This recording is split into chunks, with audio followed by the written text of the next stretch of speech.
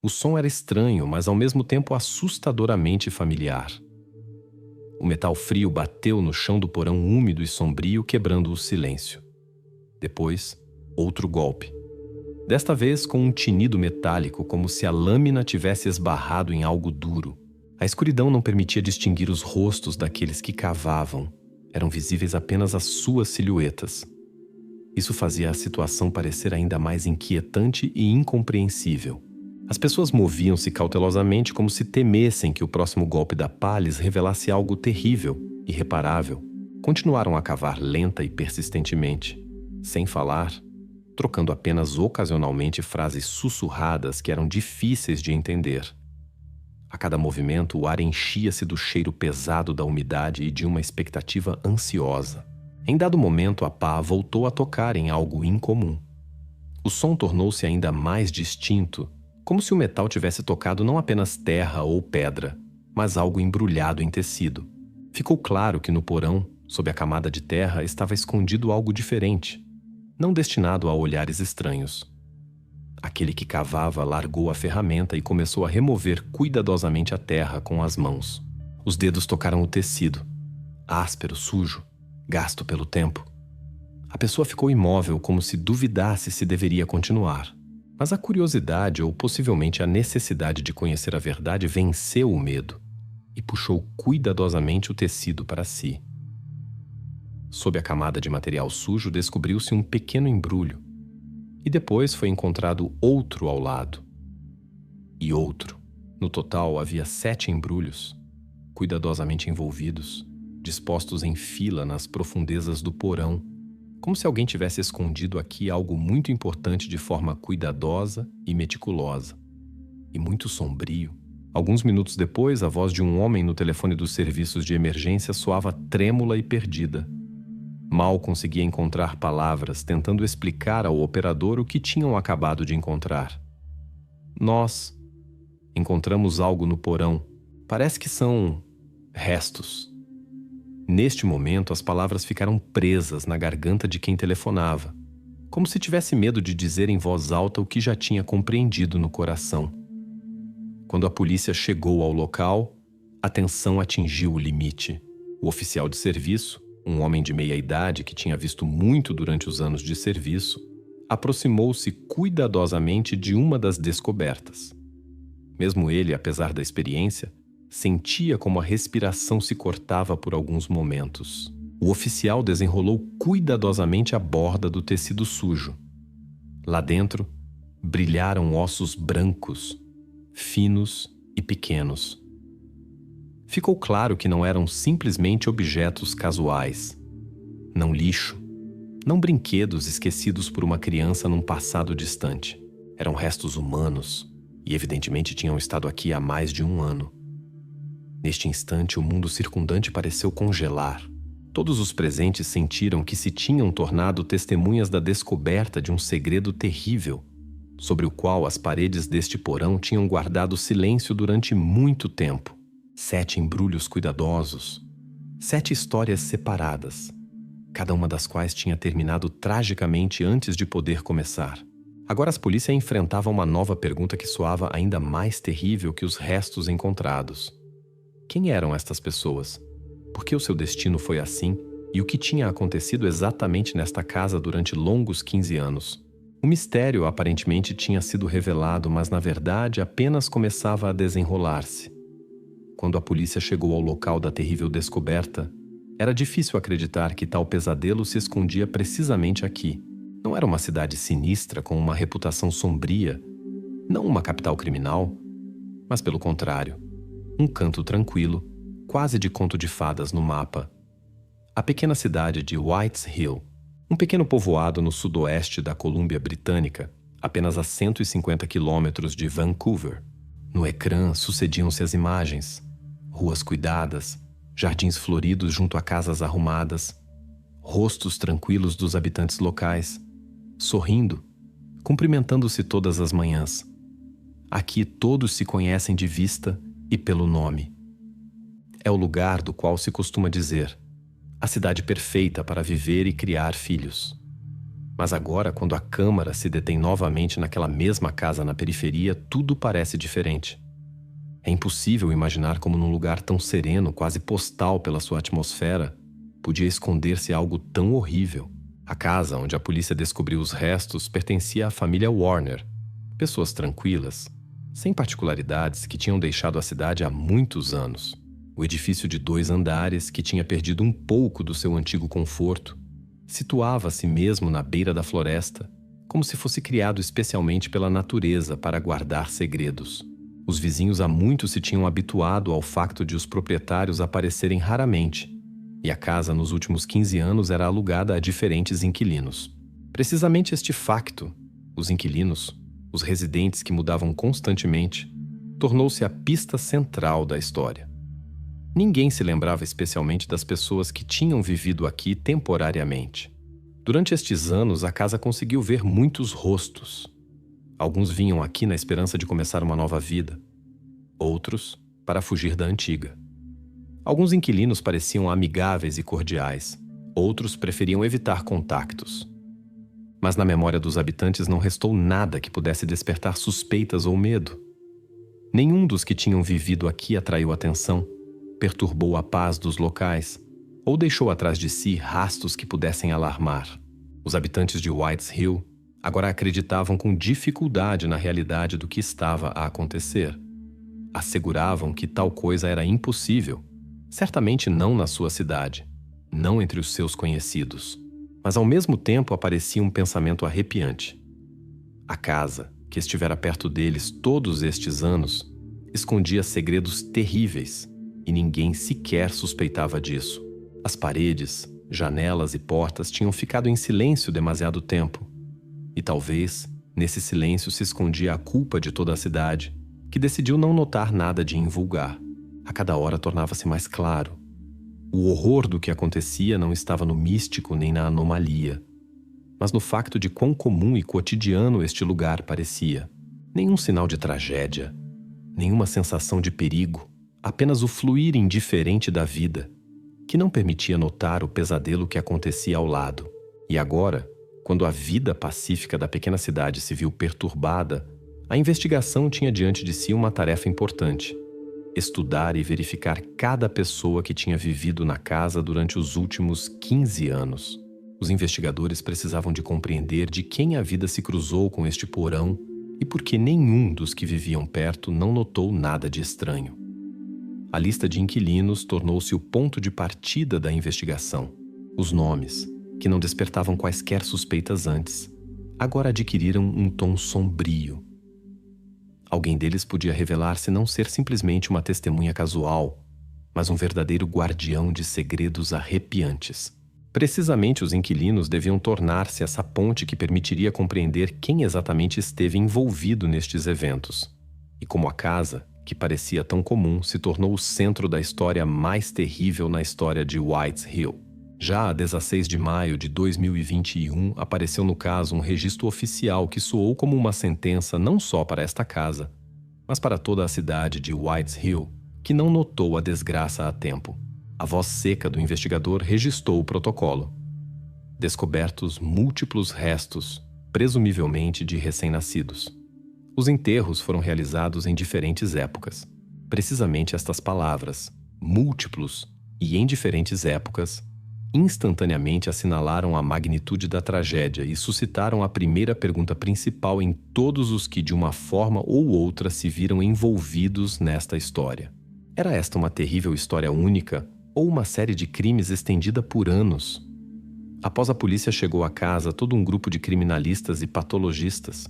Neste momento, provavelmente, todos os habitantes da cidade tranquila se aperceberam de quão sério era o que se escondia debaixo do seu nariz. Enquanto as ruas de Whites Hill se enchiam gradualmente de sussurros ansiosos e rumores, o trabalho dos especialistas continuou até tarde da noite. Cuidadosamente, centímetro por centímetro, os criminalistas examinaram cada canto do porão, extraindo e numerando cuidadosamente cada embrulho encontrado. No total havia 7, e cada um encontrava-se no seu lugar separado, como se fosse escondido aqui com um cálculo preciso e sangue frio assustador. No local trabalhou um patologista experiente. Sem o seu exame preliminar, a polícia não podia avançar. O doutor examinou cada descoberta cuidadosa, quase delicadamente. Apesar da sua experiência de muitos anos, parecia tenso. A situação claramente saía do quadro dos incidentes habituais. Após cada exame, anotava algo no seu caderno, e o seu rosto tornava-se cada vez mais sombrio. Ao fim da tarde, foram feitas as conclusões preliminares. Os restos pertenciam a recém-nascidos. Esta conclusão intensificou a sensação de horror e choque entre aqueles que acompanhavam os eventos. O investigador acenou silenciosamente, sem fazer perguntas. Já estava claro para ele com que caso teria de lidar a seguir, e que não seria fechado facilmente. Precisamente então foi tomada a decisão de ordenar uma perícia genética. Ela devia tornar-se a chave capaz de revelar o mistério que até então parecia incompreensível. A perícia de DNA podia dar o que nenhuma testemunha e nenhuma pista podia dar: nomes, ligações, parentesco. Só restava esperar. E alguns dias depois, os resultados da análise preliminar confirmaram os piores receios. Estes crimes não tinham sido um incidente único. Durante vários anos, com uma periodicidade assustadora, alguém escondera cuidadosa e meticulosamente o seu segredo nas paredes deste porão. Um após outro, estes crimes alinharam-se numa corrente sinistra, e cada elo nela era igualmente terrível. 7 tragédias separadas, unidas por um local comum e provavelmente um único culpado. Os investigadores compreenderam que não se tratava de um crime casual ou súbito, mas de toda uma série de eventos que aconteceram na sombra da vida impecável de uma pequena cidade. Agora tornou-se evidente. Todas as forças precisavam de ser concentradas na procura de uma pessoa capaz de tal coisa. E, em primeiro lugar, a mãe destas crianças. Porque só ela podia saber o que realmente aconteceu nesta casa tranquila na periferia de Whites Hill. Assim, a perícia genética, que antes parecia simplesmente um dos passos rotineiros da investigação, subitamente tornou-se o instrumento principal para resolver o caso. Dela dependia se a polícia conseguiria nomear o nome do culpado e, possivelmente, compreender os motivos que levaram alguém na cidade tranquila a cometer estes crimes inimagináveis. Agora a investigação entrava numa nova fase. O laboratório e a genética deviam dar respostas que, durante longos anos, se guardaram na completa escuridão do porão da casa da família Warner. Os criminalistas terminaram o seu trabalho principal com os corpos e agora a sua atenção concentrava-se nos detalhes. Parecia que tudo já tinha sido encontrado, o mais terrível já tinha acontecido. Mas precisamente em tais momentos, neste silêncio após a tragédia, escondem-se as principais respostas. Um dos especialistas peneirava metodicamente a terra do porão através de uma peneira. Era um trabalho silencioso, quase meditativo. Cada movimento era lento e atento, para não perder nenhum detalhe. E de repente, entre a sujidade comum e o lixo, apareceu algo que à primeira vista parecia simplesmente um pequeno pedaço de papel, descorado pelo tempo, misturado com farrapos de tecido. O perito parou e examinou atentamente a descoberta. No papel havia letras mal distinguíveis, desbotadas, e embora à primeira vista a descoberta parecesse completamente insignificante, precisamente, ela gerou uma pergunta capaz de virar o curso da investigação. Poderia esta pequenez tornar-se a chave para o enigma? Entretanto, os investigadores começaram a recolher informação sobre a casa e aqueles que alguma vez tiveram relação com ela. Antes de tudo, foi convocado o proprietário da casa, Sr. Warner, um homem idoso que já vivia há muito longe dos limites de Whites Hill. O seu interrogatório não trouxe sensações. Simplesmente alugava a casa, não aparecia nela durante anos e nunca teve quaisquer suspeitas relativamente aos seus inquilinos. Mas os seus testemunhos ajudaram a polícia a elaborar a lista completa daqueles que alugaram a habitação durante os últimos 15 anos. Agora, nas mãos da investigação estava uma longa lista de nomes, desde famílias completamente normais que vinham durante o verão, até pessoas solitárias que mudavam de habitação uma vez a cada poucos meses.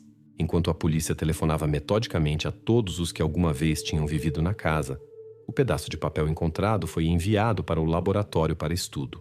Para lá foram também enviados os farrapos de tecidos e outros pequenos detalhes encontrados durante o exame do porão.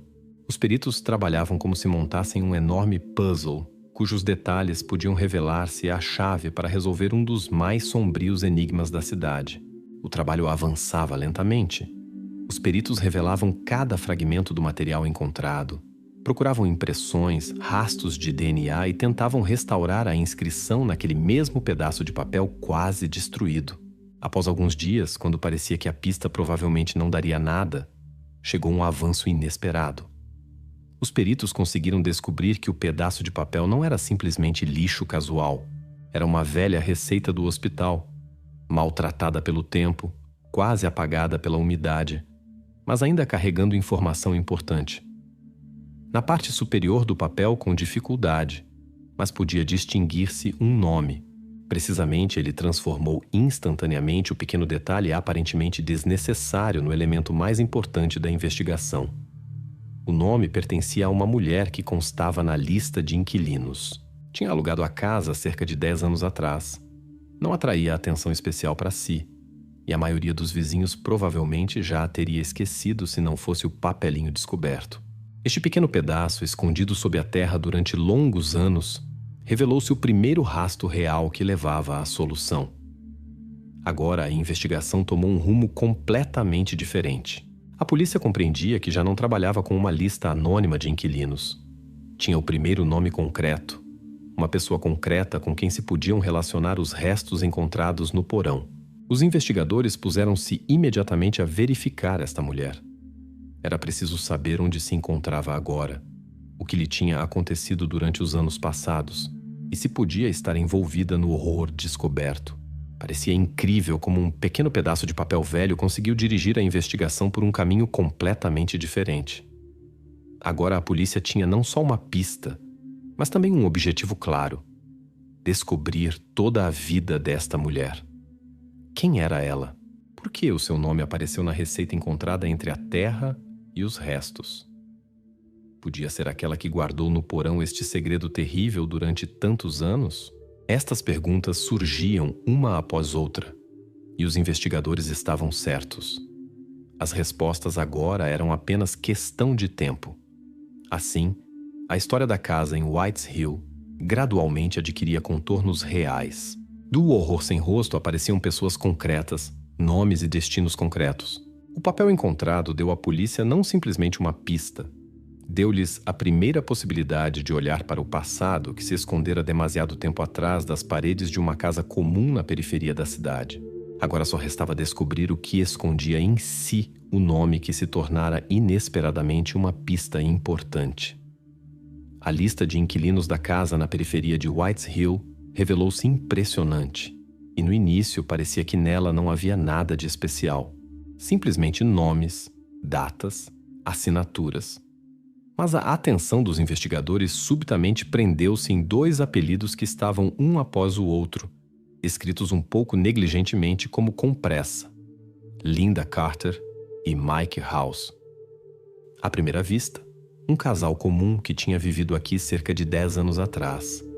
Contudo, precisamente estes nomes, estando juntos, fizeram parar e refletir. Por que de dezenas de inquilinos precisamente eles atraíram a atenção especial da polícia? Os investigadores imediatamente começaram a levantar velhos registros e testemunhos de vizinhos. De pastas marcadas Arquivo, foram extraídas folhas amarelecidas com breves relatórios do agente de bairro que outrora patrulhava as casas. Neles constava que Mike e Linda viviam tranquilos. Não se comunicavam especialmente com os vizinhos e aparentemente não causavam quaisquer problemas especiais. Mas havia um grande mas que emergiu nas pequenas notas do agente de bairro, às quais anteriormente ninguém tinha prestado a devida atenção. Os vizinhos recordavam, discutiam frequentemente. Linda era reservada. Quase nunca saía à rua sem Mike. Numa cidade onde todos viviam como na palma da mão uns dos outros, esta reserva e conflitos constantes causavam preocupação. Mike Rose era um homem difícil, embora à primeira vista parecesse um homem comum, sem nada de notável. Trabalhava numa pequena construção, regressava sempre tarde à casa, evitava comunicação com os vizinhos. As pessoas que viviam perto descreviam-no secamente: taciturno, carrancudo, reservado. Sobre Linda sabia-se ainda menos. A mulher aparecia raramente em público e mesmo à loja geralmente ia Mike sozinho. Os vizinhos notavam que a rua só saía acompanhada de Mike, como se temesse ficar sozinha. Estes detalhes poderiam ter ficado apenas pequenos pormenores domésticos, se não fosse a terrível descoberta no porão da sua antiga casa. A investigação quase imediatamente tirou a conclusão de que o homem em tais crimes mais frequentemente é o principal suspeito. Tanto mais, considerando o comportamento de Mike e a sua evidente tendência para o controle da situação, tornava-se candidato óbvio para a verificação em primeiro lugar.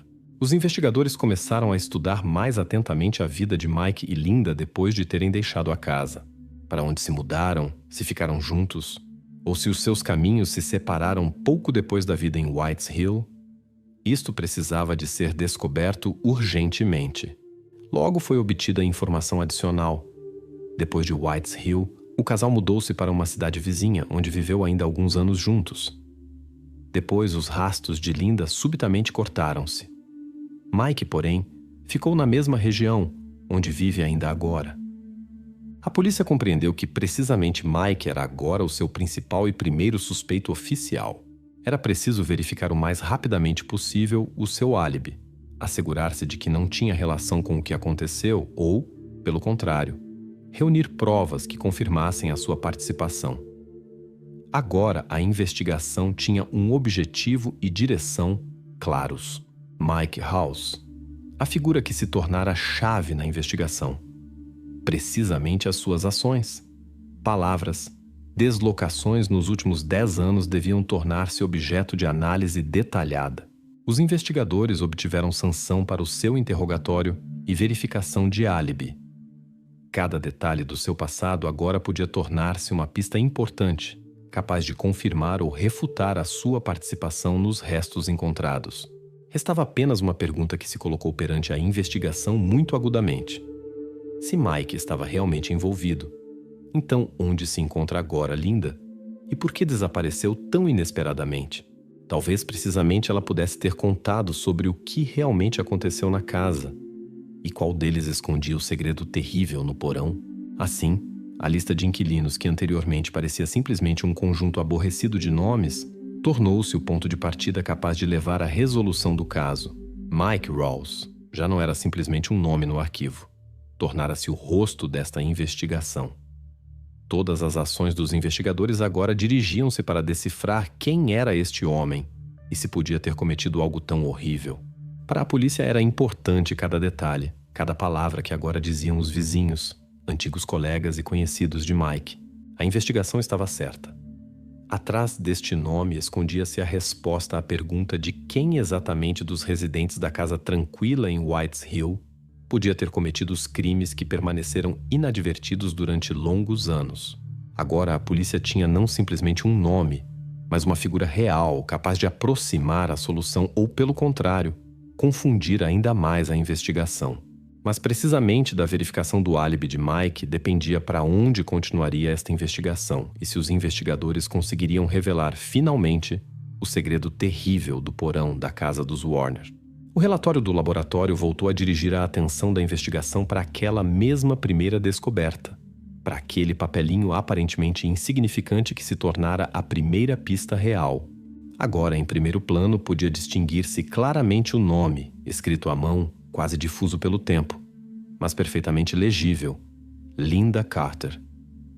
Parecia que agora tudo se tornara ainda mais complicado, pois até este momento os investigadores interessavam-se mais por Mike, considerando-o o principal suspeito.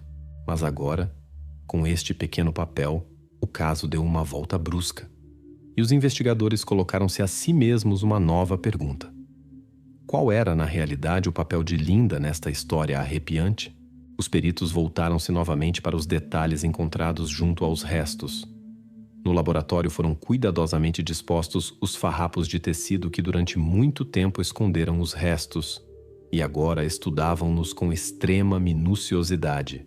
Era roupa comum, barata, evidentemente de produção em massa.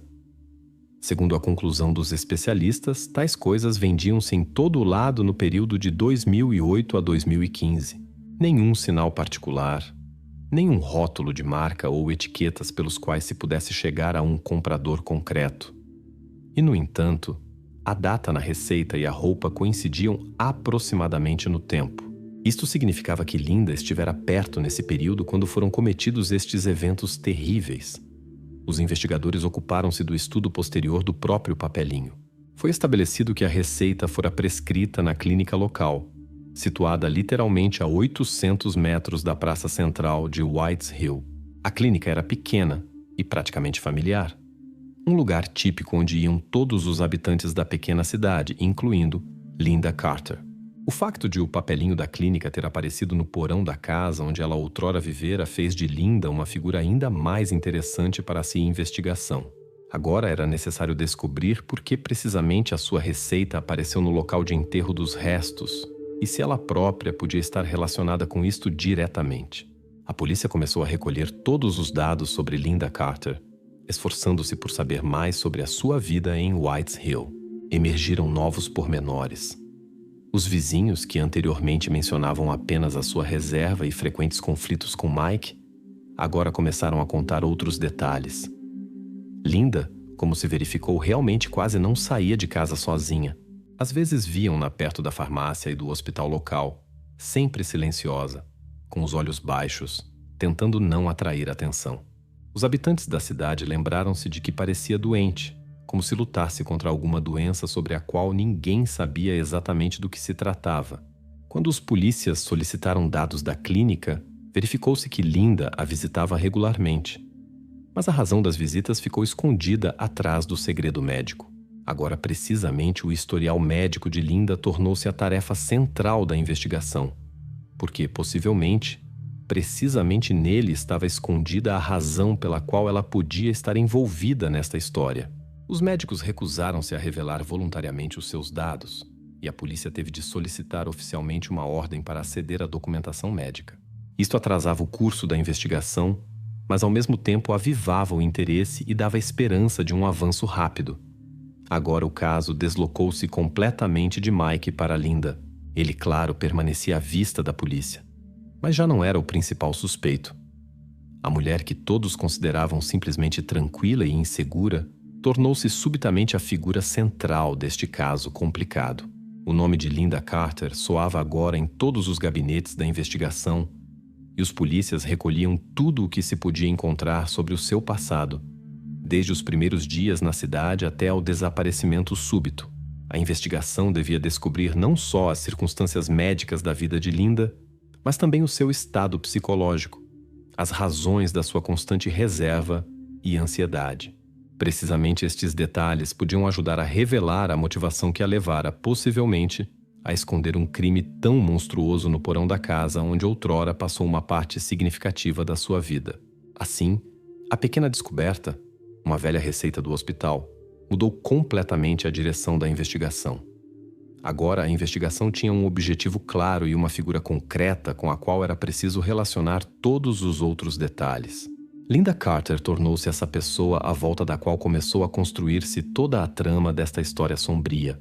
Os investigadores apercebiam-se de que à frente os esperava não simplesmente o estudo de dados médicos, mas uma imersão na vida de uma pessoa cujo nome inesperadamente se revelara a chave para resolver o segredo mais escuro de Whites Hill. Agora só restava esperar o momento em que a polícia obtivesse acesso ao seu historial médico, capaz de responder à pergunta principal: quem era na realidade Linda Carter e podia ter cometido o crime que até agora abalava toda a cidade? Neste momento, a investigação começou a recolher testemunhos de pessoas que tinham vivido perto de Linda Carter nesse mesmo período quando, presumivelmente, se cometiam os crimes. No início, parecia que os vizinhos não diriam nada de especial. Pessoas comuns, vida comum, pequenos detalhes comuns que notamos, mas esquecemos imediatamente. Mas precisamente nestes pequenos detalhes, a polícia começou a encontrar algo estranho, inquietante e incompreensível. Nos protocolos de interrogatórios de vizinhos começaram a aparecer frases curtas, fragmentárias, que faziam a investigação refletir. Algo não estava bem com o seu peso, notava um dos moradores da casa vizinha. Outra mulher acrescentava cautelosamente: sim, lembro-me exatamente. Ela engordava, depois emagrecia bruscamente. Nunca compreendi com o que estava relacionado. Estas insinuações não continham acusações diretas, mas colocavam questões incômodas. O que exatamente estas pessoas tinham visto? E podiam as suas palavras ter relação com os restos encontrados? Logo, os investigadores recolheram ainda mais testemunhos que confirmavam as estranhezas no comportamento de Linda. Os vizinhos contavam que a mulher usava sempre roupa solta, folgada, que escondia a figura, evitava a comunicação, nunca aparecia em eventos públicos e sempre parecia deprimida e preocupada. Tudo isto podia atribuir-se às particularidades do caráter, mas no contexto do que estava a acontecer parecia demasiado suspeito. Os testemunhos da amiga de Linda tornaram-se um ponto de tensão separado na investigação. A mulher contou à polícia com surpresa e perplexidade. Éramos amigas, mas não muito próximas. Ela nunca falava de crianças. Nunca mencionava o desejo de formar família. Mesmo quando alguém tocava neste tema em companhia, Linda imediatamente fechava-se e começava a ficar nervosa. Estas palavras ressoaram especialmente forte na cabeça dos investigadores, pois ligavam-se diretamente aos restos encontrados no porão. Todos estes testemunhos dispersos, separadamente, poderiam ter parecido casuais e mesmo insignificantes, mas juntos compunham um quadro muito inquietante. O comportamento de Linda Carter correspondia completamente ao padrão de uma mulher que tentava esconder a sua gravidez dos outros. As variações de peso, a roupa folgada, o evitar contactos sociais e a recusa de falar de crianças, tudo isto parecia tentativas de esconder cuidadosamente de olhares alheios algo extremamente pessoal e doloroso. Os investigadores compreenderam que agora tinham nas mãos uma pista indireta muito forte. Mas apesar de toda a evidência das conclusões tiradas com base nos testemunhos de vizinhos e conhecidos, não podiam tornar-se uma prova completa de culpabilidade. As palavras são apenas palavras, impressões subjetivas que os advogados podem facilmente contestar. Para avançar, a polícia precisava de algo mais, algo irrefutável e absolutamente concreto. Agora a investigação aproximava-se de uma fronteira importante. O comportamento de Linda Carter fora cuidadosamente analisado e ela tornara-se a principal suspeita, mas para lhe apresentar oficialmente acusações era preciso apoiar estas suspeitas com factos e não apenas com testemunhos de testemunhas. A investigação estava perante a necessidade de encontrar algo tal que fosse impossível contestar no tribunal. Precisavam de estabelecer uma ligação direta entre Linda e os restos encontrados. Nesta etapa, era evidente para a polícia que o próximo passo devia ser uma verificação mais profunda dos dados médicos e análise da sua vida. Cabia-lhes descobrir se havia confirmação documental do facto de Linda ter estado grávida, se alguma vez dera à luz crianças, e se sim, o que lhes acontecera. Precisamente estas respostas poderiam confirmar a terrível suposição surgida das recordações fragmentárias e observações das pessoas que rodeavam Linda. Assim, as palavras dos vizinhos transformaram uma mulher anteriormente tranquila e despercebida no centro da investigação mais séria na história de Whites Hill. Agora a investigação precisava de encontrar um facto indiscutível que pudesse finalmente confirmar ou refutar a participação de Linda no segredo terrível encontrado no porão. Sem tal prova, todas as suspeitas permaneciam apenas uma hipótese, incapaz de dar uma resposta definitiva à pergunta principal: quem escondia o seu segredo no porão da casa dos Warner? Os investigadores sabiam que para resolver este mistério não lhes restava tanto tempo e precisavam de agir decididamente para que as palavras finalmente se transformassem em provas. 21 de julho de 2021. O dia que os investigadores esperavam desde esse mesmo momento em que foram encontrados os restos na casa dos Warner. De manhã entrou na esquadra de polícia de Whites Hill um jovem mensageiro. Nas mãos segurava um envelope selado comum, mas precisamente nele se escondia a resposta à pergunta principal da investigação. Ninguém duvidava de que agora se decidiria o destino não só de uma pessoa, mas de toda a cidade, que vivera tanto tempo no desconhecimento do pesadelo escondido sob uma casa comum na periferia. A tensão era quase fisicamente palpável. No gabinete do investigador pairava o silêncio. O envelope estava sobre a mesa, como uma lembrança muda de que agora não havia caminho de volta. O investigador cortou lentamente a borda do papel, tirando o relatório do laboratório de DNA. O seu rosto não expressava emoções. Apenas os olhos corriam pelas linhas, absorvendo rapidamente o texto seco do documento científico. Após alguns segundos, pôs os papéis de volta sobre a mesa e silenciosamente levantou o auscultador do telefone, marcando o número do tribunal. A voz soou parelha, mas nela estava escondida toda a gravidade do momento. Precisamos de uma ordem para obter uma amostra de DNA de Lynda Carter. Urgente. Agora estava claro para todos aonde levar o relatório do laboratório. Quando chegaram os resultados da comparação, tudo finalmente se pôs no seu lugar. O relatório do laboratório era seco e inequívoco. Nele não havia lugar para dúvidas ou ambiguidade. A análise das amostras de DNA mostrou que os 7 recém-nascidos têm a mesma mãe biológica. A comparação posterior com a amostra de DNA de Lynda Carter fornecida confirmou uma coincidência completa de 100%.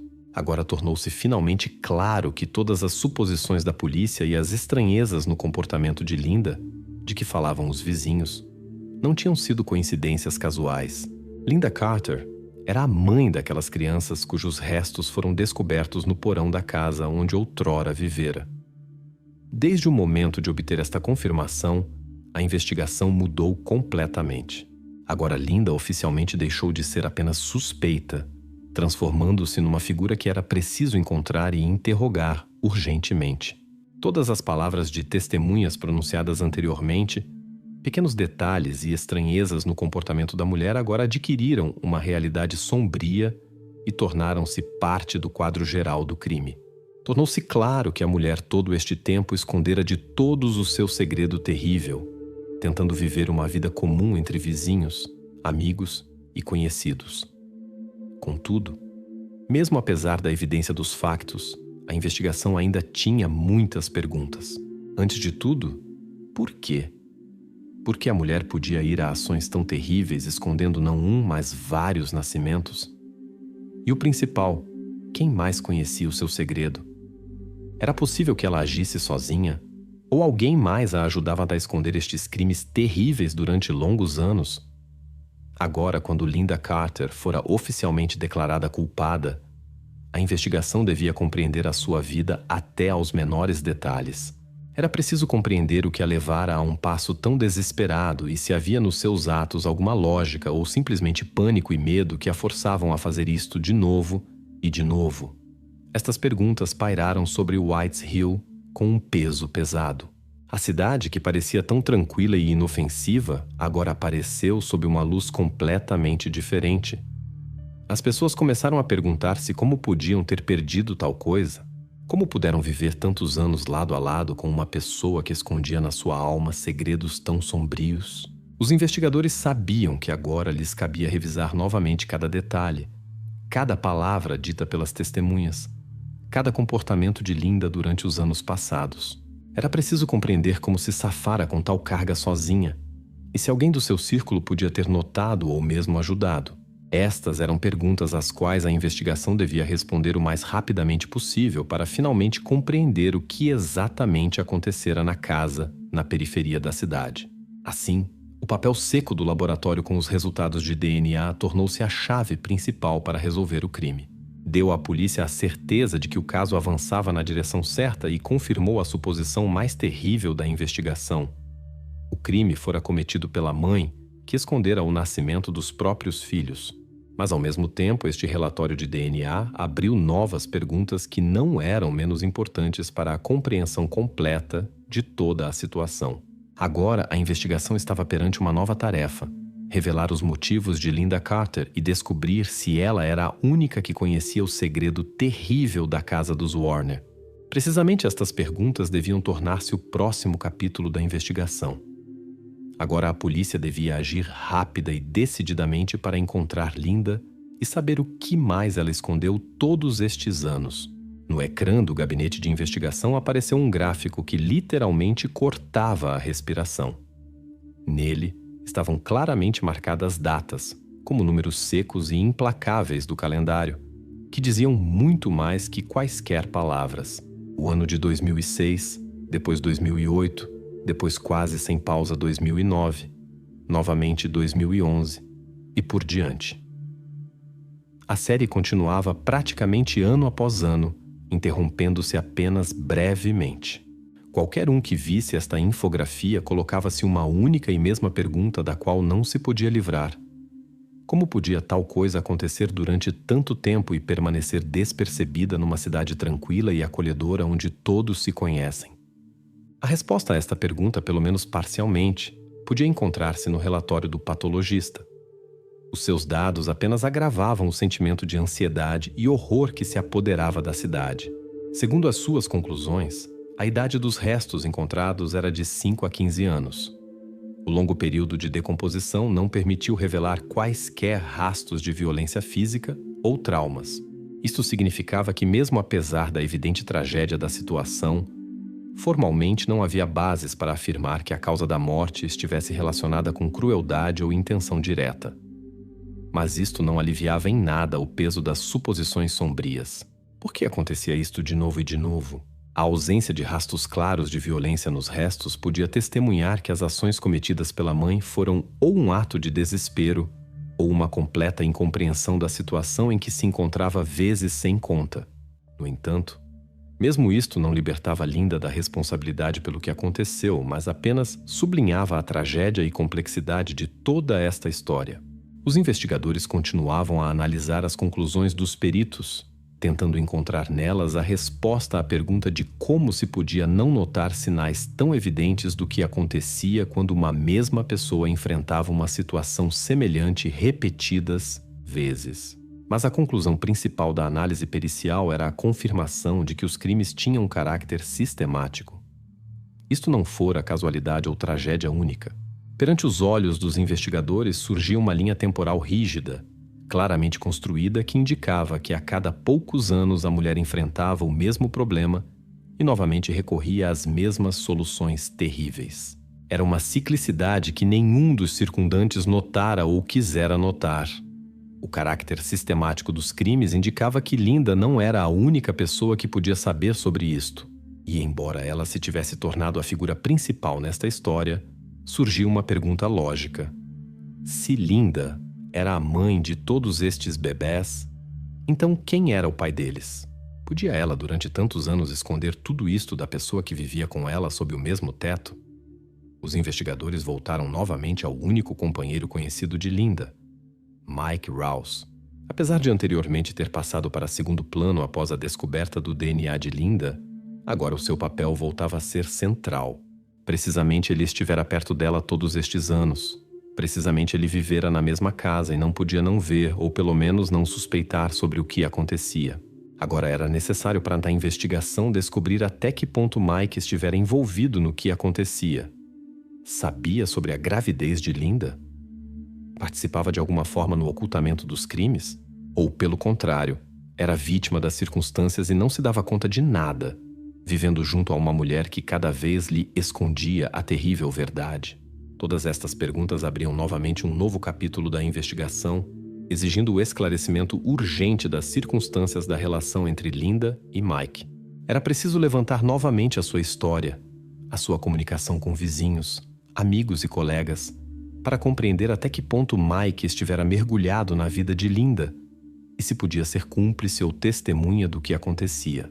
Assim, a análise pericial ajudou a investigação não só a confirmar o caráter sistemático e a gravidade dos crimes, mas também deu uma direção clara para as ações posteriores. Agora a investigação voltava novamente ao momento do qual começara, mas com dados iniciais completamente diferentes. Mike Rouse voltava a tornar-se a figura central, cuja participação ou não participação nos eventos trágicos podia virar a compreensão de toda a situação. Os investigadores estavam certos de que agora precisamente o seu papel na vida de Linda Carter devia ser esclarecido até ao fim.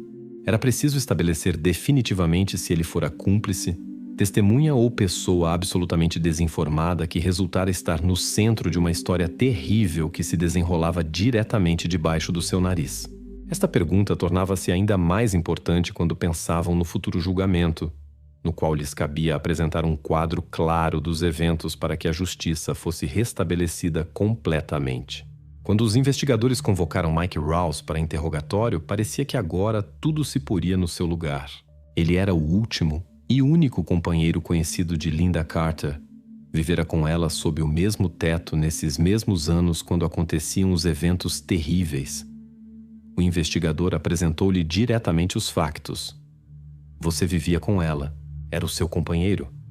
Quer dizer que em tantos anos não notou nada. Neste momento, parecia que a investigação estava prestes a terminar e que Mike finalmente revelaria todas as cartas que provavelmente escondera tanto tempo da polícia. Contudo, Mike respondeu calma e seguramente, sem hesitar nenhum segundo. Tirou uma pasta preparada antecipadamente com documentos e pô-la perante o investigador. Nela havia papéis que confirmavam o seu álibi. Toda a segurança do investigador começou a derreter lentamente perante os seus olhos. Mike forneceu documentos claros sobre o seu trabalho noutra cidade. Contratos, recibos, folhas de rota que provavam que se ausentava regularmente de Whites Hill e não podia fisicamente ser testemunha do que acontecia na casa. E embora a investigação esperasse resistência ao nervosismo, Mike demonstrava completa disposição para ajudar, mas ao mesmo tempo insistia que sobre a gravidez de Lynda nada sabia e nem sequer suspeitava. Em confirmação das suas palavras, forneceu dados sobre a localização do seu telefone durante os últimos anos de vida com Lynda. Estes dados mostravam clara e distintamente que nos períodos-chave, quando, segundo a versão da investigação, aconteciam os crimes, Mike encontrava-se longe de Whites Hill, estava ou noutra cidade, ou em trabalhos de deslocação e, aparentemente, realmente não podia conhecer todos os segredos que Lynda lhe escondia. Os investigadores começaram a verificar as provas fornecidas e rapidamente se aperceberam de que o álibi de Mike não era simplesmente convincente, mas praticamente inexpugnável. Todos os factos confirmavam-se com documentos oficiais e testemunhas com quem Mike trabalhara e vivera nesses períodos. Quanto mais avançava a verificação, mais claro se tornava o entendimento de que Mike Rouse, que anteriormente parecera a figura central e possível cúmplice, resultara ser não mais que uma pista falsa nesta história trágica. A compreensão deste facto causou na investigação uma espécie de choque. Pois se não era Mike, então quem podia saber sobre o que acontecia na casa? Se ele, a pessoa mais próxima de Lynda, não tinha relação com isto, significava que a mulher agia completamente sozinha? Ou, possivelmente, na sua vida havia alguém mais? Uma pessoa que permanecia na sombra e imperceptível para todos os circundantes. Estas perguntas voltaram a levar a investigação ao ponto de partida.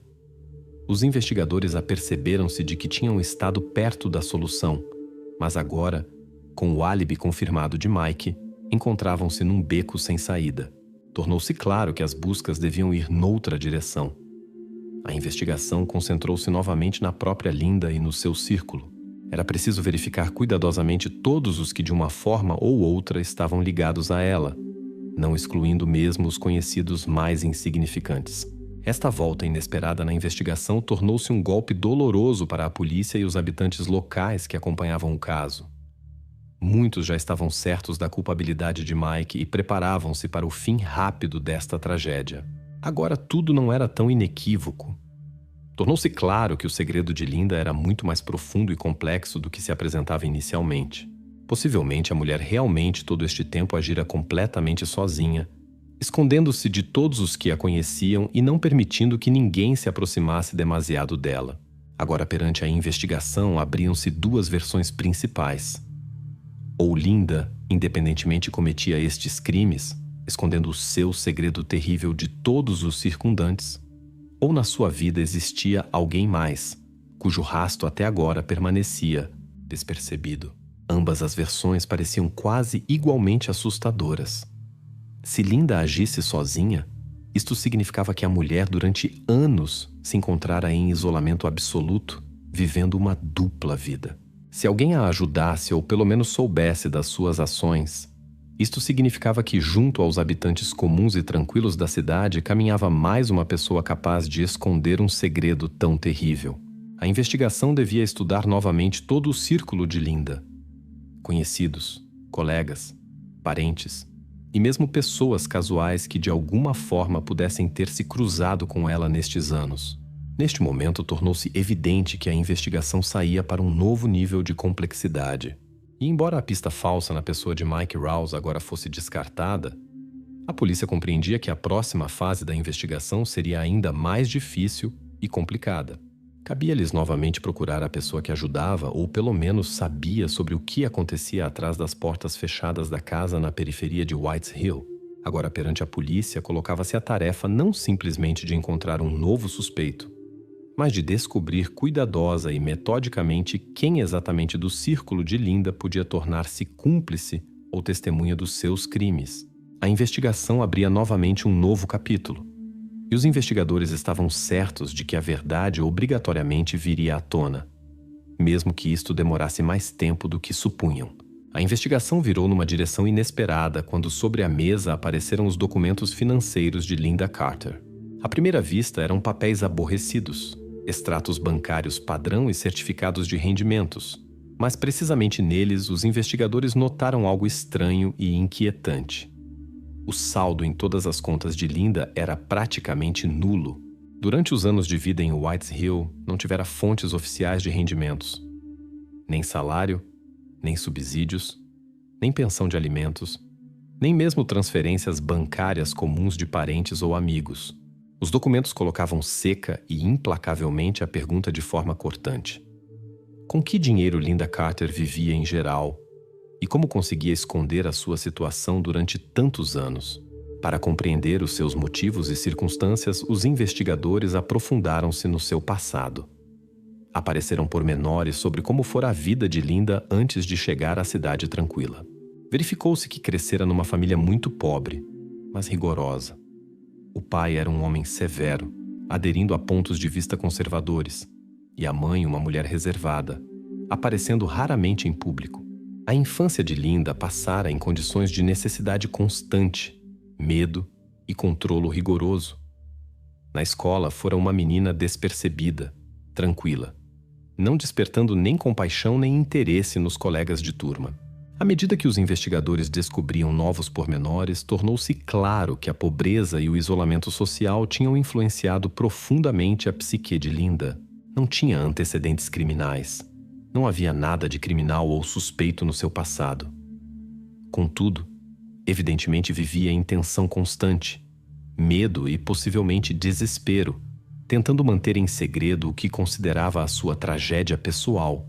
Os registros da clínica local confirmavam que Linda se dirigira a ela repetidamente por ajuda.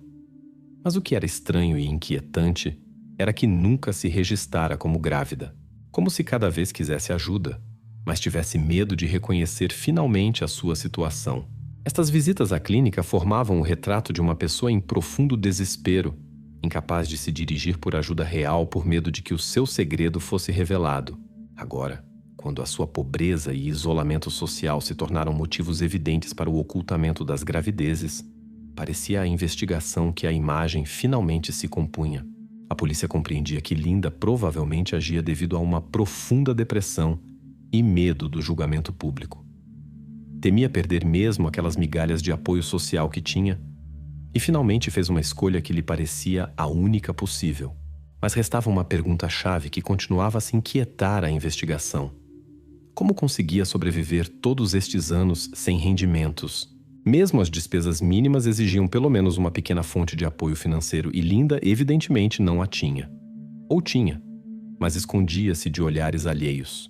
Precisamente esta estranheza fez os investigadores refletir sobre o facto de que, possivelmente, Linda Carter não era a única participante desta história. Possivelmente alguém a ajudava, oferecia apoio, mesmo que escondido da sociedade. Isto explicaria como conseguia evitar a pobreza e sobreviver sem rendimentos oficiais durante tantos anos consecutivos. Alguém devia conhecer a sua situação, devia apoiá-la financeiramente ou oferecer outros tipos de ajuda dos quais não sabiam os vizinhos e mesmo o antigo companheiro Mike Rose. Tornou-se claro para a investigação que a próxima tarefa era encontrar a fonte dos seus rendimentos escondidos. Era preciso verificar cuidadosamente o seu círculo de comunicação, descobrir quem podia secretamente ajudá-la ou apoiá-la, pois se isto fosse verdade, a investigação recebia uma volta completamente nova. Então Linda já não era simplesmente uma mulher solitária no desespero, mas parte de algo maior, do qual ninguém até este momento se apercebera. Assim, Os motivos de Linda Carter finalmente tornaram-se compreensíveis: pobreza, medo do julgamento, profunda depressão e impossibilidade de se dirigir abertamente por ajuda. Tudo isto explicava o seu estado psicológico e a decisão de esconder a gravidez. Mas o aspecto financeiro ainda permanecia um enigma completo. Para a polícia agora era evidente.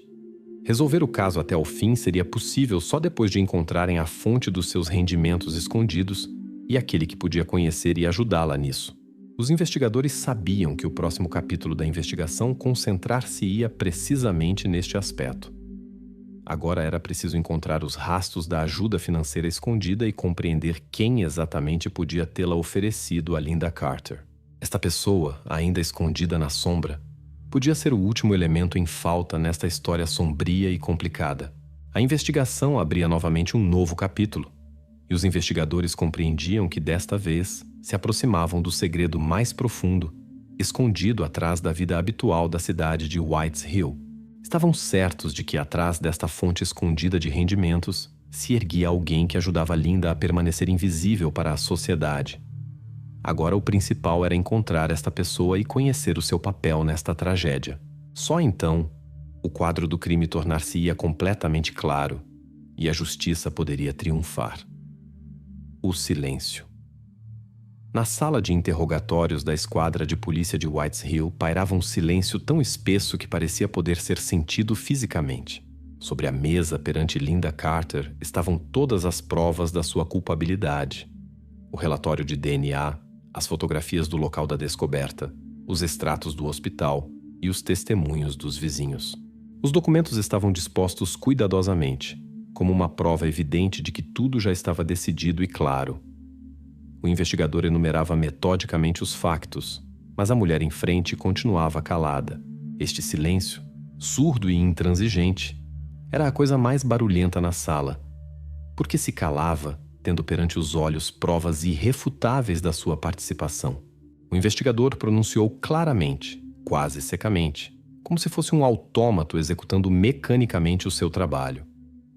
Os resultados da análise de DNA confirmam inequivocamente que estas são as suas crianças. Os vizinhos e conhecidos deram testemunhos de que a viram repetidamente num estado correspondente à gravidez. Temos todos os dados, Linda. Tudo converge precisamente em si. Linda nem sequer estremeceu. Não desviava os olhos de algum ponto na parede. Parecia quase ausente na sala. Nenhuma palavra, nem o menor sinal de agitação. As suas mãos estavam dobradas sobre os joelhos, tranquilas e imóveis. O investigador tentou novamente quebrar o seu silêncio. Linda, se contar o que aconteceu, isto ajudá-la-á. Compreende que o silêncio apenas agrava a sua situação? Mas o silêncio era a única resposta que a investigação recebia. Cada nova pergunta ficava suspensa no ar sem resposta. A tensão crescia a cada segundo, e na sala já parecia faltar oxigênio. Linda continuava calada, como se já tivesse tomado alguma decisão há muito tempo, e nada já a pudesse fazer recuar. O advogado de Linda, sentado ao lado, finalmente rompeu o silêncio que se prolongava. A minha cliente usa o seu direito de guardar silêncio. Por favor, respeitem a sua escolha. O investigador calou-se por alguns segundos, olhando para o advogado com irritação não dissimulada. Todos os presentes compreendiam que tal comportamento complicaria significativamente o caso no tribunal. Sem confissão, sem quaisquer explicações de motivos e detalhes que a própria Linda pudesse dar, a acusação pareceria muito mais fraca. Muito bem, Sra. Carter. Pode continuar calada, mas isto não anula os factos. Sabemos tudo. E agora já toda a cidade sabe o que exatamente escondia tantos anos. A única oportunidade que tem agora é contar quem a ajudava. Porque sabemos que não podia agir completamente sozinha. Pense nisto. Linda novamente não reagiu. E ao investigador não restou mais que terminar o interrogatório. Recolheu os documentos da mesa e saiu, fechando a porta atrás de si. No corredor exalou com desgosto. Sem confissão, o caso complicava-se fortemente. A investigação chocava contra uma parede surda erguida pela própria suspeita. Esta cena na sala de interrogatórios tornou-se um ponto de viragem importante da investigação. Desde o momento da descoberta dos primeiros restos e até ao dia de hoje, parecia que os investigadores iam pelo caminho certo e que todas as peças do puzzle estavam prestes a encaixar. Mas agora, quando tudo dependia de uma palavra ou pelo menos um gesto da suspeita, a investigação pareceu congelar. Os investigadores compreendiam que este silêncio não era gratuito. Podia significar muito: medo do castigo, desespero, desejo de proteger alguém mais que ainda permanecia na sombra. E agora, precisamente este alguém tornou-se o principal enigma que era preciso decifrar para terminar a investigação. Restavam 2 cenários possíveis. Ou Lynda Carter agia completamente sozinha e o seu silêncio era uma tentativa de tomar toda a culpa exclusivamente sobre si, ou ao lado dela existia um cúmplice a quem tentava proteger guardando silêncio. Precisamente este pensamento tornava-se cada vez mais provável com cada minuto da sua obstinada recusa em falar. Assim, o interrogatório, em vez de dar respostas definitivas, abriu ainda mais perguntas. A investigação devia procurar essa mesma pessoa que podia encontrar-se na sombra todos estes anos, ajudando Lynda Carter a esconder o seu segredo terrível. Quem podia ser? Um amigo? Parente? Conhecido? Alguém dos vizinhos? O círculo de suspeitos potenciais alargava-se novamente, e os investigadores deviam passar novamente por todos os velhos testemunhos, estudar novamente todos os detalhes da vida da suspeita para encontrar pelo menos alguma insinuação que indicasse o segundo participante deste crime. Agora o caso tornava-se ainda mais complexo e ao mesmo tempo ainda mais importante. Sem o segundo participante, sem aquele que ajudava Lynda a esconder os crimes, a investigação permanecia incompleta. O silêncio de Lynda na sala de interrogatório apenas reforçava a convicção da investigação de que uma segunda pessoa existia. Os investigadores compreendiam que agora toda a esperança estava numa nova abordagem, num novo olhar sobre as velhas pistas e numa verificação minuciosa de todos os que estiveram perto de Lynda. Esta parede de silêncio que parecia inexpugnável podia ser quebrada apenas de uma maneira: encontrar aquele a quem Lynda tentava proteger e forçá-lo a falar. Assim, o interrogatório severo tornou-se um momento decisivo da investigação. A ausência de confissão não significava o fim do caso, mas complicava consideravelmente a tarefa dos investigadores. Agora, para alcançar a justiça e revelar toda a verdade, precisavam de encontrar a pessoa que todos estes anos se escondera na sombra e ajudar a Lynda Carter a guardar o seu segredo terrível. Precisamente ele devia tornar-se o próximo elo na cadeia de revelação deste crime. A investigação moveu-se novamente quando o analista, estudando atentamente os dados financeiros, subitamente notou uma anomalia estranha nos extratos bancários. No ecrã brilhavam números secos, pequenas transferências de dinheiro, quase imperceptíveis, que chegavam à mesma conta com regularidade parecida a um relógio. O analista separou-as, indicando a precisão e periodicidade, e isto imediatamente suscitou uma nova pergunta. Quem podia enviar estes pagamentos secretos? E o principal, para quê? Os investigadores rapidamente puseram-se a comparar as datas das transferências com os eventos-chave do caso. O que descobriram era chocante e, ao mesmo tempo, irrefutável. Cada transferência coincidia praticamente perfeitamente com as datas presumidas de nascimento, indicadas anteriormente no relatório do patologista. Isto não podia ser uma simples coincidência. Alguém enviava sistematicamente dinheiro precisamente quando Lynda se encontrava na posição mais vulnerável. Evidentemente, alguém mais conhecia o seu segredo, e não só o conhecia, mas financiava deliberadamente o seu silêncio. Agora, a tarefa principal era descobrir os proprietários das contas. A polícia enviou um pedido oficial ao banco, e após algum tempo recebeu uma resposta precisa e inesperada. O nome do proprietário da conta receptora já era conhecido: Lynda Carter. Mas o nome de quem enviava o dinheiro chocou todos. Não era Mike House, não um conhecido casual ou amigo. Resultou ser uma pessoa cujo nome até este momento nunca emergira na investigação: o próprio pai de Lynda. Esta volta inesperada mudou completamente o curso do caso. Tudo se o que parecia estranho e ilógico antes, agora adquiria um sentido claro e compreensível.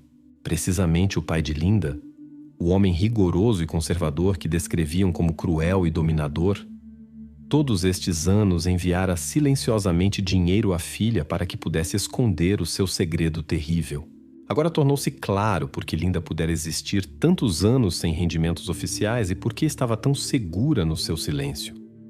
Tinha um cúmplice poderoso e confiável, cuja participação podia explicar muito. Mas por que precisamente o pai decidira fazer tal coisa? O que o levara a ajudar a filha a esconder atos tão terríveis? Estas perguntas agora preocupavam todos os que estavam envolvidos na investigação. A polícia tinha um novo suspeito.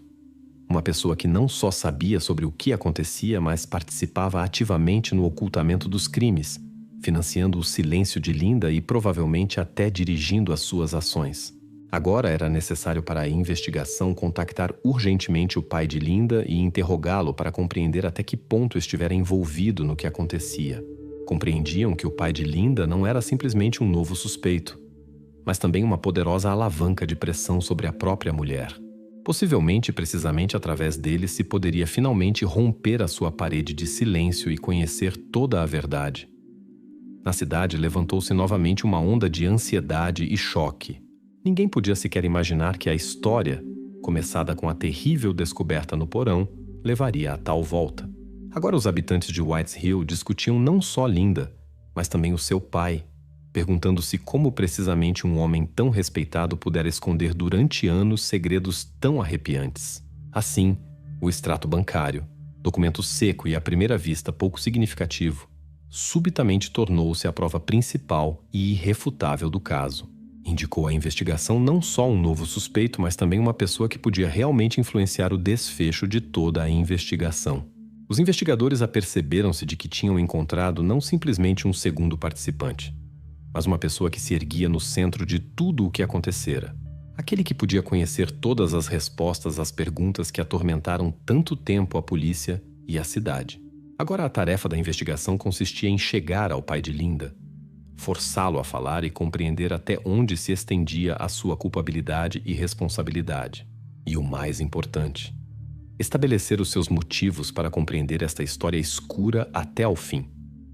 A investigação, que parecia quase terminada, agora reanimou-se com nova força. O aparecimento de um novo suspeito significava que toda a verdade ainda estava por vir. Os investigadores estavam prontos para agir rápida e decididamente para finalmente fechar este caso. Compreendiam que agora tudo se decidiria num novo interrogatório, possivelmente o mais importante. Precisamente o pai de Linda podia lançar luz sobre todas as perguntas restantes e dar as respostas definitivas que tanto esperavam todos os que estavam envolvidos neste caso arrepiante. Quando a porta da sala de interrogatório se abriu novamente, no limiar apareceu um novo participante da investigação, um homem idoso com um olhar pesado e sombrio. A sua presença aqui era inesperada e suscitava uma pergunta muda em todos os que observavam o curso do caso. Que papel exatamente desempenhara na história terrível que emergira do porão da casa em Whites Hill? O investigador não perdeu tempo em vão e dispôs cuidadosamente perante o homem os documentos financeiros. Os extratos bancários mostravam claramente as transferências regulares que chegavam dele à conta de Linda. Olhava silenciosamente para os papéis, não manifestando nem surpresa, nem indignação. A sua reação era quase indiferente, como se esperasse há muito tempo que um dia estes documentos caíssem nas mãos da polícia. O investigador observava-o atentamente, esperando uma reação, pelo menos algum sinal capaz de explicar o que acontecia. O homem não descolava há muito tempo o olhar dos extratos bancários. Toda a sala mergulhou num silêncio tenso e cheio de expectativa. Era claro que precisamente este momento podia fazer pender o curso de todo o caso. E após alguns segundos, o homem idoso finalmente levantou lentamente a cabeça. O seu olhar permanecia frio, mas nos olhos brilhou algo parecido com pesar ou arrependimento. Não se pôs a negar o evidente e reconheceu que sabia sobre tudo o que acontecia com a sua filha. Precisamente ele, todos estes anos, lhe enviara dinheiro para preservar o segredo e evitar a vergonha. O seu motivo revelou-se simples e, ao mesmo tempo, aterrorizador. Temia o que diriam as pessoas se o segredo da filha se tornasse conhecido. O medo do julgamento público levara-o a calar e a ajudar a filha a esconder o que acontecia. Este reconhecimento tornou-se um momento chave e decisivo da investigação. Agora tornou-se evidente que Linda não agia sozinha. Todo este horror que acontecia no porão de uma casa comum numa cidade tranquila desenrolava-se com o acordo tácito e apoio financeiro do seu próprio pai. Tornou-se claro porque a mulher pudera evitar tantos anos a atenção dos vizinhos, porque podia permitir-se não trabalhar e viver em isolamento completo. O seu silêncio fora pago por uma pessoa que devia protegê-la de tudo o que era terrível e, em vez disso, escolheu preservar a reputação e esconder a verdade. Agora a defesa de Linda desmoronou-se completamente. Sem o apoio financeiro do pai, sem a sua participação tácita, dificilmente teria conseguido esconder os crimes tanto tempo. Tornou-se claro para a ampla investigação que o papel do pai não era simplesmente secundário. Ele era um participante pleno do que acontecera. Uma pessoa que não só sabia, mas criava as condições nas quais Linda podia agir impunemente durante anos. E embora o reconhecimento tivesse dado um quadro claro dos eventos e motivos, restavam perguntas que exigiam respostas adicionais. Agora, a investigação recebeu uma nova alavanca de pressão poderosa. Nas mãos da polícia estava a possibilidade de restabelecer o quadro completo do que acontecera todos estes anos atrás das portas fechadas da casa dos Warner. Precisavam de compreender quem mais podia estar envolvido nesta história. Por que o pai preferira calar pagando o silêncio da filha, em vez de a ajudar e prevenir a tragédia? A investigação recebeu novamente uma direção clara e objetivo concreto. Agora cabia aos investigadores aprofundar-se na vida do pai de Linda, descobrir quem mais podia estar envolvido e sabia sobre o que acontecia. Precisamente nesta direção, a polícia preparava-se para avançar para revelar definitivamente o caso que abalara a cidade tranquila até aos alicerces. O segredo que permanecera demasiado tempo na sombra agora saía à luz, e a investigação estava pronta para ir até ao fim para estabelecer todos os implicados e revelar cada detalhe desta história sombria. A reconstrução desta história sombria começou com um detalhe chocante que soou inesperadamente dos lábios do pai de Linda. Após cada caso deste tipo, ela telefonava-lhe. Estas palavras transformaram-se na chave para a compreensão de como, em geral, podia acontecer o que permanecera tanto tempo despercebido numa casa comum na periferia da tranquila Whites Hill. Agora estava claro para a investigação. Estes não eram casos únicos, era um sistema claramente funcionante, um mecanismo que agia durante anos e sempre segundo o mesmo esquema terrível. Tudo começava com Linda Carter esconder cuidadosamente a sua gravidez. Roupa folgada, evitar contactos, isolamento social completo. Tudo isto não eram coincidências casuais, mas passos cuidadosamente pensados. Ninguém devia adivinhar, ninguém devia notar. Esta era a sua primeira tarefa: permanecer invisível, estar na sombra, não permitindo que ninguém se aproximasse demasiado dela. Quando chegava um momento crítico, permanecia sozinha na casa, excluindo completamente a possibilidade de ajuda externa.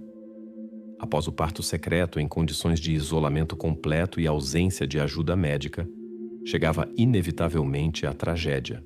Cada vez tudo se repetia segundo um cenário. O bebé, deixado sem cuidados, perecia. E cada vez, assim que a etapa terrível terminava, Linda voltava a pegar no auscultador do telefone e telefonava ao pai, não por ajuda, não com pedido de intervenção, simplesmente para informar que tudo terminara, que precisava novamente de dinheiro. O pai de Linda, recebendo estas chamadas, enviava-lhe silenciosamente ajuda financeira. O dinheiro chegava à sua conta regularmente e praticamente imediatamente após cada caso trágico deste tipo.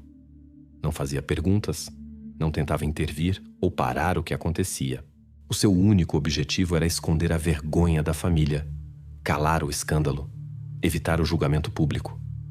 As suas ações eram frias e calculadas, alimentavam este círculo vicioso, permitiam que o sistema funcionasse sem falhas.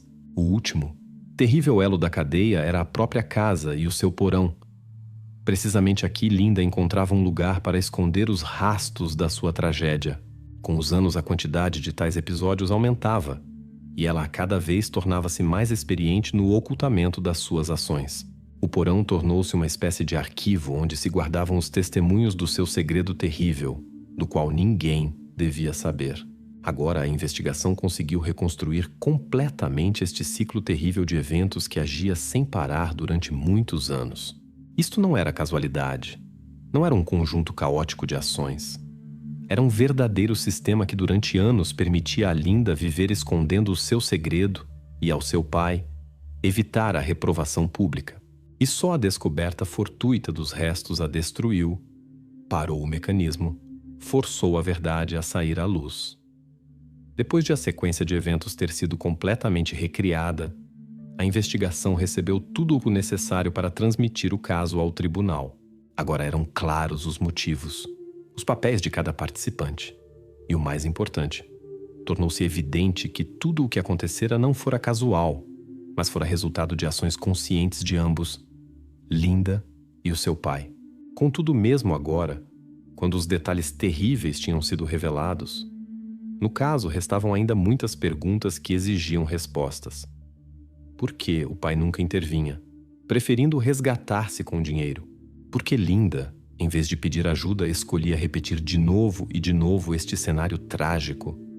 Estas perguntas deviam encontrar as suas respostas já na sala do tribunal, onde os culpados deviam comparecer perante a lei e contar toda a verdade. Assim, o caso que abalara a cidade tranquila de Whites Hill aproximava-se da sua etapa final.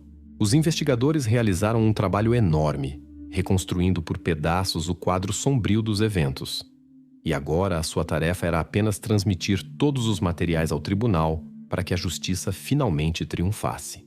A investigação terminou a sua tarefa, deixando a última palavra ao tribunal, ao qual agora cabia pronunciar o veredicto definitivo e fechar este capítulo da história que mudara para sempre a vida da pequena cidade tranquila.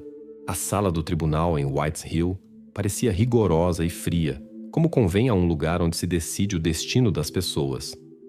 Era 10 de março de 2022. Atrás do estrado de madeira estava sentado o juiz com toga preta. Perante ele estavam os materiais do caso que a cidade já conhecia praticamente de cor. Na primeira fila estavam sentados Linda Carter e o seu pai idoso. Os rostos de ambos estavam imóveis e tensos. Parecia que tudo já estava decidido, mas a formalidade do processo judicial exigia uma pausa antes do anúncio do veredito. Precisamente neste segundo de espera se encerrava toda a intriga. O juiz considerá-los-ia culpados ou encontrar-se-ia pelo menos alguma circunstância atenuante? A defesa tentava fazer ênfase no facto de Linda ter sido vítima das circunstâncias. Os seus advogados falavam de pesada depressão, pobreza, estresse constante e ausência de apoio, tanto familiar como social. Afirmavam que todas as ações da mulher tinham sido ditadas não por crueldade, mas por medo e desespero. Quanto ao seu pai, os advogados insistiam que ele agira pelas mesmas motivações, tentando preservar a reputação da família e não permitir a divulgação da tragédia. Contudo, a parte da acusação apresentou um quadro completamente diferente. Os acusadores insistiam que os crimes de Linda tinham caráter sistemático, serial. Atraíram a atenção para o facto de a mulher durante anos ter escondido conscientemente as suas ações, e o seu pai ter financiado esta atividade, apercebendo-se completamente do que acontecia. Era uma conspiração, organizada e cruel, que durara mais de uma década. O procurador sublinhava que a pobreza e depressão não podiam justificar ações tão terríveis e repetitivas. Toda a cidade seguiu o processo, esperando que o tribunal finalmente pusesse ponto no caso que durante meses não soltara a atenção dos habitantes. Whites Hill congelou na espera da decisão. Neste momento, o juiz levantou os papéis e começou a anunciar o veredicto. Na sala, tornou-se absolutamente silencioso. O tempo pareceu parar quando finalmente pronunciou as palavras-chave. Linda Carter é reconhecida culpada da comissão de crimes e condenada à prisão perpétua. Após uma pausa curta, continuou, dirigindo-se já ao seu pai. Reconhecer culpado de cumplicidade e ocultamento de crimes. Condenar a 10 anos de privação de liberdade. Neste momento, a tensão na sala foi substituída por alívio. A justiça fizera-se. e a cidade finalmente recebeu respostas às perguntas que atormentaram todos durante longos meses. Agora, quando o veredicto fora anunciado e o juiz pusera os papéis sobre a mesa, o caso que abalara toda a cidade finalmente terminara oficialmente. Para Linda e o seu pai começava um novo capítulo, mas já completamente diferente. Atrás dos muros das celas de prisão, os habitantes de Whites Hill sabiam que a justiça triunfara, mas o sentimento pesado do facto disto ter podido acontecer em geral na sua cidade tranquila e pequena ficaria com eles para sempre. A investigação fizera tudo o possível, o tribunal tomara a sua decisão e a lei fora respeitada. Mas após o fim do processo perante a cidade, restavam ainda muitas perguntas. O que se podia ter feito antes? Por que ninguém notara o que acontecia? E o principal, pode estar-se seguro de que nada parecido nunca mais se repetirá na tranquila Whites Hill? Agora os investigadores tinham uma última tarefa: terminar todas as formalidades, recolher os materiais restantes e fechar definitivamente este caso, que durante muito tempo ficaria como o episódio mais terrível e memorável na história da cidade. Em breve começaria a última fase do trabalho da investigação, o estabelecimento de todos os documentos e fecho da investigação. E embora o tribunal tivesse pronunciado o seu veredicto, a história e as suas consequências continuavam a viver nos corações e memória dos habitantes da cidade, que nunca conseguiriam esquecer completamente esta tragédia. Alguns meses após o pronunciamento do veredito, o investigador principal do caso deu uma entrevista ao jornal local. Disse uma frase que ficou durante muito tempo na consciência de cada habitante de Whites Hill. Sabemos quem e como, mas ainda não sabemos o principal. Estas palavras pareceram resumir tudo o que acontecera, deixando os habitantes da cidade com um sentimento de incerteza inquietante. Que pergunta principal exatamente ficara sem resposta? Com o tempo, a casa dos Warner, que se tornara símbolo sombrio destes eventos, foi demolida. No seu lugar agora, um terreno baldio, símbolo da tentativa da cidade de apagar a memória da tragédia sobre a qual aqui ninguém quer falar em voz alta. A comunidade de Whites Hill ainda vive as consequências do que aconteceu, tentando regressar à vida tranquila de antes.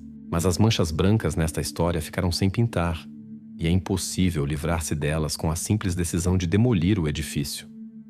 Os habitantes locais continuam a colocar-se perguntas para as quais não há, e possivelmente, nunca haverá respostas. Sabiam outros membros da família de Linda Carter sobre o que acontecia? Havia alguém mais que pudesse ter notado os sinais de desgraça e intervir antes? Porque Linda, encontrando-se numa situação tão desesperada, nunca tentou dirigir-se por ajuda anônima, embora na cidade houvesse todas as possibilidades para isso. Estas perguntas tornam-se ainda mais dolorosas se recordar quão perto uns dos outros viviam as pessoas em Whites Hill, como frequentemente se encontravam nas lojas, clínica, nas ruas. Os habitantes ainda não conseguem compreender como tal coisa pôde acontecer durante anos literalmente debaixo do seu nariz. E ninguém notou, ninguém interveio a tempo. Já não haverá respostas a estas perguntas. Ficarão para sempre na memória da cidade como lembrança de que as tragédias podem acontecer despercebidamente, escondendo-se atrás do cotidiano comum. O caso de Linda Carter tornou-se uma lição dolorosa e inesquecível, após a qual Whites Hill nunca mais será a mesma. Agora cada um dos habitantes pergunta-se o que poderia ter feito diferente para que isto não tivesse acontecido. E isto, possivelmente, é a pergunta principal para a qual não há resposta e que ficará com eles para sempre.